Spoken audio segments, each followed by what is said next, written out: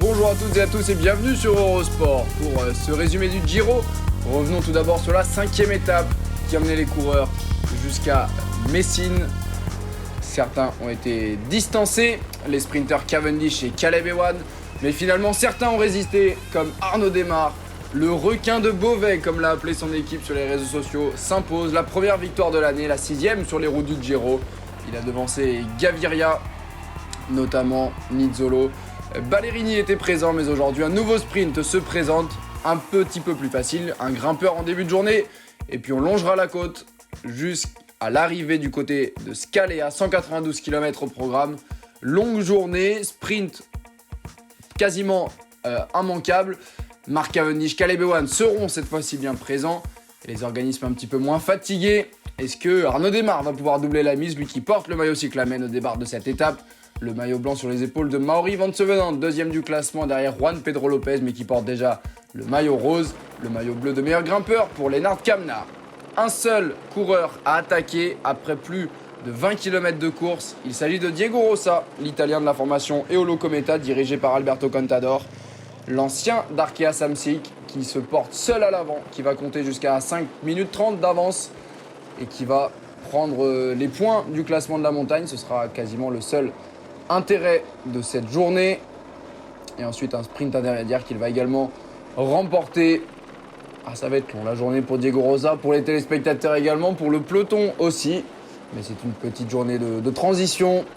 Regardez Thomas De Gendt qui va tenir la barre pendant un très long moment, alors que la formation de Ron Hopper, Androni Giocattoli qui attaque. Ils sont 3 pour aller chercher les points du sprint intermédiaire, même pas du maillot cyclamen, c'est vraiment les points du classement des sprints intermédiaires avec Filippo Tagliani. Derrière, Arnaud Démare va aller chercher quelques points pour le maillot cyclamen cette fois-ci, mais il est sauté sur la ligne par Binyam Girmay, l'Érythréen de Intermarché Montigobert, qui récupère des points. Et il est sans doute le favori s'il dispute tous les sprints intermédiaires et les arrivées. Les 3 coureurs de Ron Hopper, Androni Giocattoli sont repris, Tagliani et Sepulveda notamment. Thomas De Gendt et la Lotto Soudal qui contrôlent parfaitement cette journée.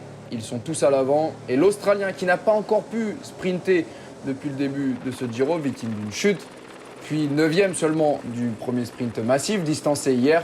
Il a forcément à cœur aujourd'hui de défendre ses chances.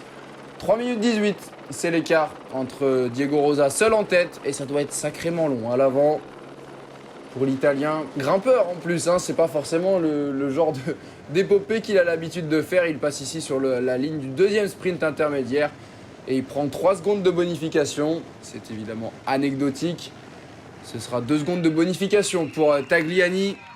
Mais lui, ce n'est pas les bonifications qui l'intéressent, c'est les points du sprint intermédiaire. Toujours un classement qu'il domine. Et Lennart Kämna, le maillot bleu de meilleur grimpeur, deuxième du classement général, qui prend 1 seconde de bonification et qui se reproche très légèrement de Juan Pedro Lopez, l'Espagnol, leader de ce Giro d'Italia. À 28 km de l'arrivée, Diego Rosa est repris.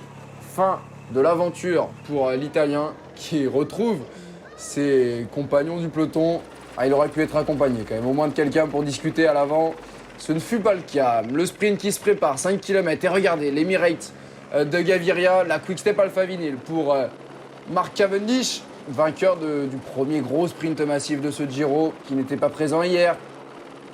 Et Arnaud Démare qui peut compter sur le train de la Groupama FDJ. On est sous la flamme rouge Israël, première take pour Nizzolo. Mais regardez, la Groupama FDJ a 3 hommes devant Arnaud Démare, avec notamment Sinkeldam qui prend son relais désormais, avec Jacopo Guarnieri qui manquait hier à l'emballage final, qui est présent aujourd'hui. Arnaud Démare dans un fauteuil. On voit Cavendish qui se replace à côté de lui. Alberto Dagliese qui replace Kisbol et Gaviria qui va aller se mettre complètement contre Kisbol. Bol et Gaviria ne vont pas sprinter.